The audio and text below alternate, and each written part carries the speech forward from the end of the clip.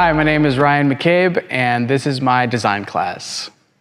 Today, we are going to be talking about tattoo designs. It can be intimidating going into a shop not knowing exactly what the outcome is going to be.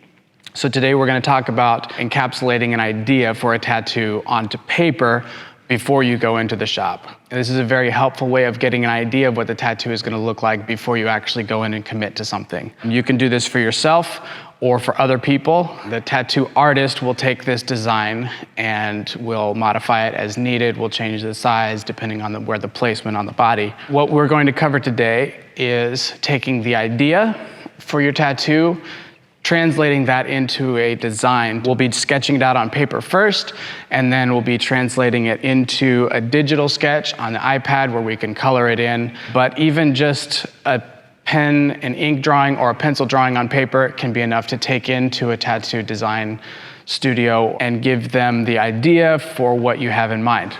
All right, so let's get started.